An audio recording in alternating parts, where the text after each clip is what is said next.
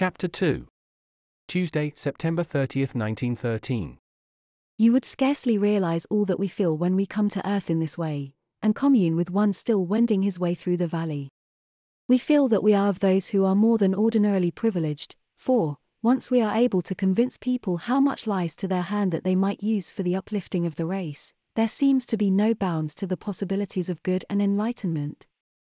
Still, we are but able to do a little, and must rest content until others will co-operate with us, as you have done, fearlessly, knowing that no evil can come to those who love the Father, and serve Him in His Son, our Saviour Lord. Now, in order to help those who still doubt us and our mission and message, let me say that we do not lightly leave our beautiful home to come down into the mists which surround the earth's sphere. We have a mission and a work in hand which someone must do, and there is joy in the doing of it.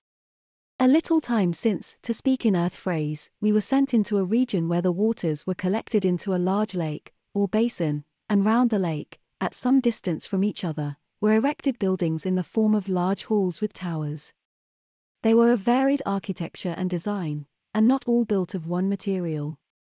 Spacious gardens and woods surrounded them, some of them miles in extent, and full of beautiful fauna and flora, most of the species known on earth, but also some which would be strange to you now, although I think that at least a proportion of them lived once on earth. That is a detail. What I wish to explain to you is the purpose of these colonies. They are for nothing else than the manufacture of music and musical instruments. Those who live there are engaged in the study of music and its combinations and effects, not only as to what you know as sound, but also in other connections.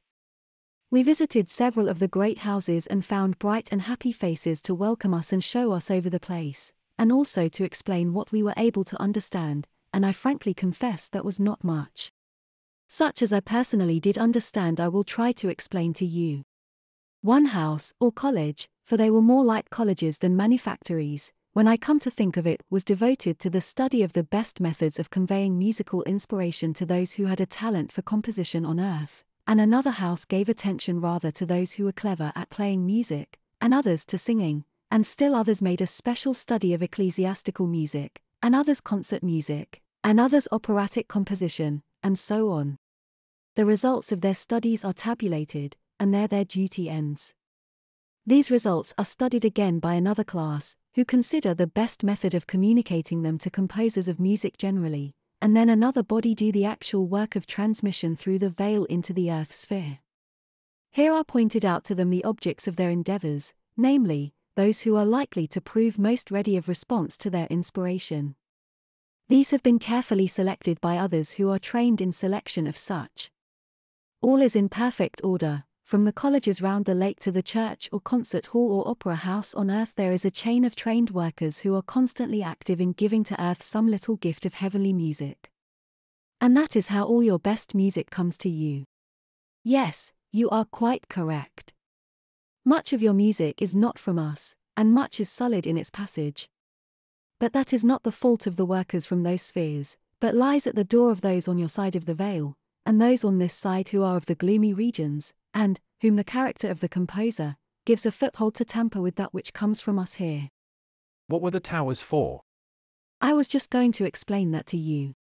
The lake is of vast extent, and the buildings at some little distance from it on all sides. But at certain times, previously arranged, the workers of some of these colleges, and now and again of all of them, send certain of their company to the tower top and, when all are assembled, then a concert, literally true to its name, is held. They all practice something they have previously agreed upon together. On one tower will be instrumentalists of one class, on another those of another class, and on the third vocalists, and on another class of vocalists, for there are many classes, not only four, as usually with you, but many toned voices. And other towers are devoted to other workers whose actual duties I could not understand. From what I could make out, some of these were expert in harmonizing the whole, or part, of the volume of sound combined from the different towers. But I want to get on to the description of the thing itself, the concert or festival, or whatever you like to call it. We were taken to an island in the midst of the lake, and there, in a beautiful scene of trees and grass, and flowers, and terraces, and arbors of trees and little nooks, and seats of stone or wood, we heard the festival. First there came a chord, long and sustained, growing louder and louder, until it seemed to invade the whole landscape and waterscape and every leaf of every tree. It was the key given to the musicians on the various towers. It died into silence and all seemed very still. Then gradually, we heard the orchestra. It came from many towers, but we could not tell any single contribution apart. It was perfect harmony, and the balance of tone was exquisite. Then the singers took up their part. It is of no use for me to try to describe this music of the heavenly spheres in earth language, but I may perhaps be able to give you some idea of the effect. Briefly, it made everything more lovely, not only beautiful, but lovely, too, for there is a difference in meaning of these two words as I use them here. All our faces took on a more lovely hue and expression, the trees became deeper in color, and the atmosphere gradually grew into a vapor of tints like a rainbow.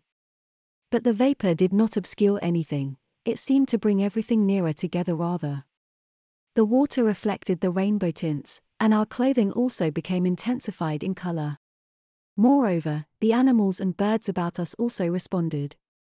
One white bird I remember especially.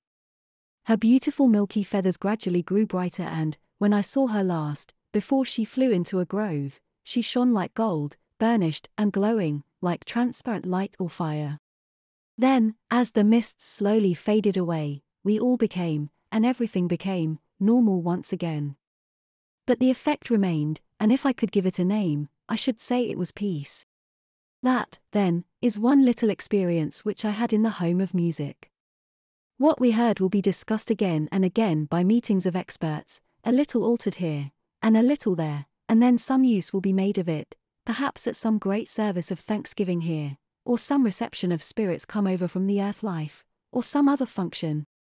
For music enters into so many phases of our life here, and, indeed, all seems music in these spheres of light, music and blended color and beauty, all breathing love among all, and to him who loves us as we are not able to love.